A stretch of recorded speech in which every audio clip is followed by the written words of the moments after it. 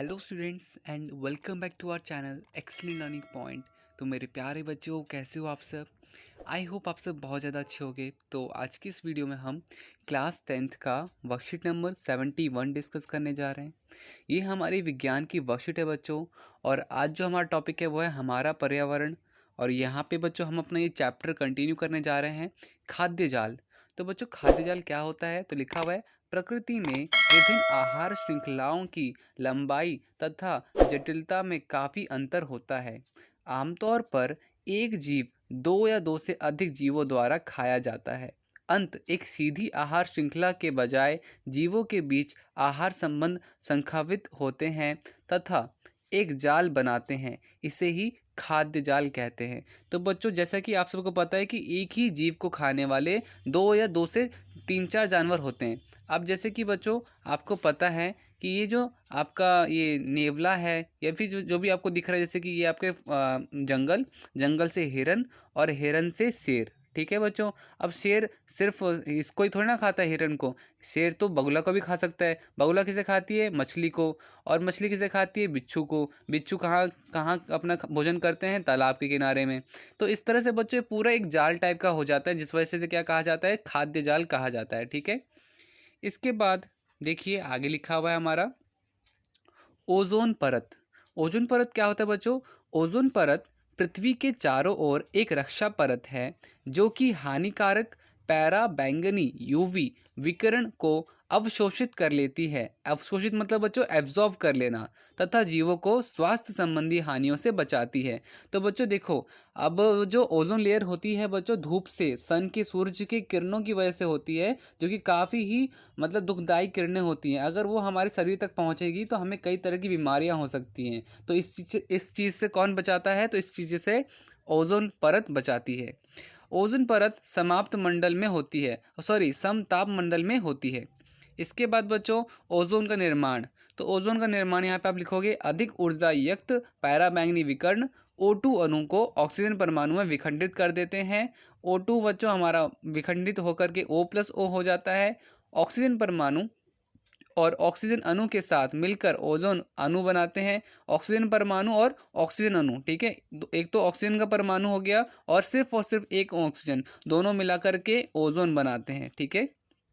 अब ओजोन परत का हास्य।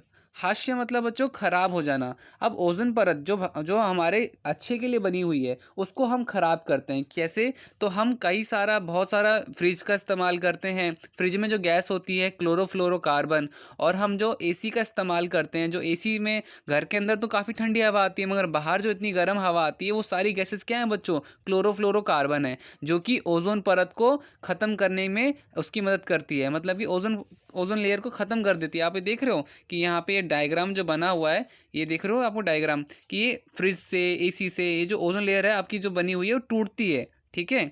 और ऐसे क्या होगा? टूटेगी तो फिर हमें कई तरह की बीमारियां हो सकती हैं।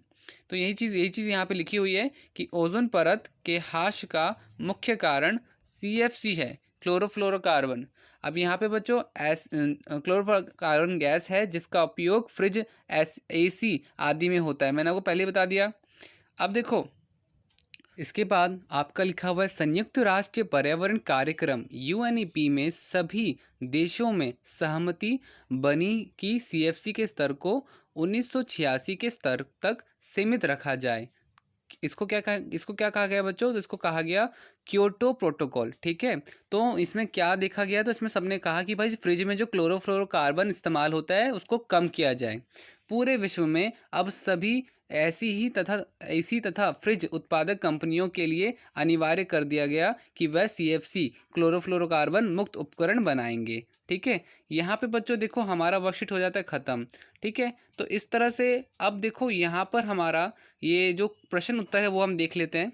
सबसे पहला है, ओजोन क्या है तथा ये हमारे लिए कैसे उपयोगी है? तो बच्चों, ओजोन क्या है? तो हमें ये पता है ओजोन क्या है, ज़रा हम इसे देख लेते हैं। तो ये रहा बच्चों ओजोन क्या है। तो ये रहा बच्चों ओजोन हमारा। ठीक है। तो आप इससे लिख लीजिएगा ओजोन के बारे में पूरा का पूरा, कि ओजोन क्या है। ठीक है। तो ओजोन परत पृथ्वी की चारों ओर एक रक्षा परत है जो हानिकारक पराबैंगनी विकिरणों को अवशोषित कर लेती है तथा जीवों को स्वास्थ्य संबंधी हानियों से बचाती है। और यहाँ पे बच्चों सिर्फ इतना ही लिखना है आपको, ठीक है, सिर्फ इतना, फर्स्ट का आंसर, ठीक है। ये हमारा यहीं पे मिल गया, इसलिए मैंने इसको लिखवाया नहीं। फिर प्रश्न 2 क्या है, CFC तथा UNEP का पूरा नाम। तो बच्चों CFC को हमें पता है क्या लिखते हैं, तो CFC को हमें कहते हैं, क्या कहते हैं बच्चों, क्लोरोफ्लोरोकार्बन। देखो यहाँ पे भी लिखा हुआ है। एक तो UNEP का पूरा नाम क्या है, तो संयुक्त राष्ट्रीय पर्यावरण कार्यक्रम, सबसे पहला ये हो गया। और CFC का क्या नाम है, क्लोरोफ्लोरोकार्बन। तो ये भी बच्चों आपको पूरा मिल जाएगा यहाँ पे, ठीक है। तो देखो यहाँ पे आपका ये क्लोरोफ्लोरोकार्बन भी मिल गया और CFC, तो दोनों का नाम हो गया। आप इसको लिख लीजिएगा, फर्स्ट का आंसर हो जाएगा ये आपका, ठीक है, क्लोरोफ्लोरोकार्बन, ठीक है। तो यहाँ पे बच्चों दो आपको दोनों के दे रखे हैं। अब फिर इसके बाद हमारा तीसरा प्रश्न है, ओजोन परत द्वारा कौन से विविकरण अवशोषित किए जाते हैं। तो प्रश्न 3 का उत्तर क्या होगा बच्चों, काफ़ी सिंपल सा है। ओजोन लेयर क्या करता है बच्चों, तो ये हानिकारक पैराबैंगनी UV विकिरणों को अवशोषित करता है या कर लेती है, ठीक है। तो ये हमारा बच्चों थर्ड का आंसर होगा, ठीक है, थर्ड का आंसर, ठीक है। इसके बाद क्वेश्चन नंबर 4 क्या है, फोर्थ लिखा हुआ है, वायुमंडल में ओजोन निर्माण कैसे होता है। तो बच्चों वायुमंडल में ओजोन निर्माण कैसे होता है, इसके लिए आपको बच्चों इसका पूरा ये लिखना पड़ेगा, ओजोन निर्माण, ठीक है, ओजोन निर्माण, ये हमारा फोर्थ का आंसर हो जाएगा बच्चों। तो इस तरह से आज की वर्कशीट हमारी यहाँ पे ख़त्म होती है और यहीं से सारे क्वेश्चन हमारे आज की सारी वर्कशीट्स के क्वेश्चन आंसर भी हमारी वर्कशीट से ही हो गया। तो आज की वीडियो में इतना ही, मिलते हैं नेक्स्ट वीडियो में, तब तक के लिए bye bye and take care.